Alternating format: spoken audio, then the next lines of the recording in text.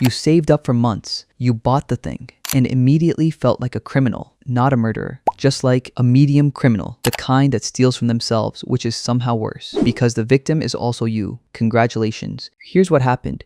Your brain has a rule. Losing money hurts twice as much as gaining it feels good. Scientists call it loss aversion. Your brain calls it Tuesday. So the second you spent that money, your brain didn't see a purchase. It saw a funeral for your money that you organized voluntarily and paid for with the money that just died. Your brain also invented something called mental accounting, which is just a fancy term for your brain being a judgmental accountant who lives inside your skull rent-free. It divides your money into buckets: rent bucket, food bucket, emergency bucket, and one very special bucket labeled things you're not allowed to enjoy. Guess which bucket your purchase landed in? The accountant has noted it. The accountant is disappointed. The accountant has never once treated himself to anything, and he wants you to know that. But underneath all of this is something even older than your brain's accountant: a scarcity mindset. Your ancestors lived in a world where resources ran out. Spend today, starve tomorrow.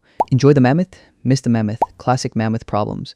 That wiring never left. So even though you have a salary, a bank account, and access to a grocery store that is open 24 hours, your brain is still fully convinced that one unnecessary purchase is the first step toward dying in a field. It's being dramatic. It's also not taking any chances. And then there's everyone else you were taught that saving is virtuous, spending is weakness, wanting things is shallow. So now every purchase comes with a free bonus, a panel of judges, your parents, your school, that one guy on the internet who lives in a van and calls it minimalism and has a Patreon. All of them sitting in your head, watching you check out. You bought a candle, by the way, not a yacht, a candle. The judges remain unconvinced. So here's what's actually happening. Every time you feel guilty for spending your own money, loss aversion is holding a funeral. The accountant is filing a report. Your ancestors are panicking about the mammoth, and the van guy is posting about it all at the same time, in your head over a candle. Your brain is doing exactly what it was built to do. It's just that it was built for a world where candles were genuinely a financial risk. You're fine? Probably. The accountant disagrees, but nobody asks him.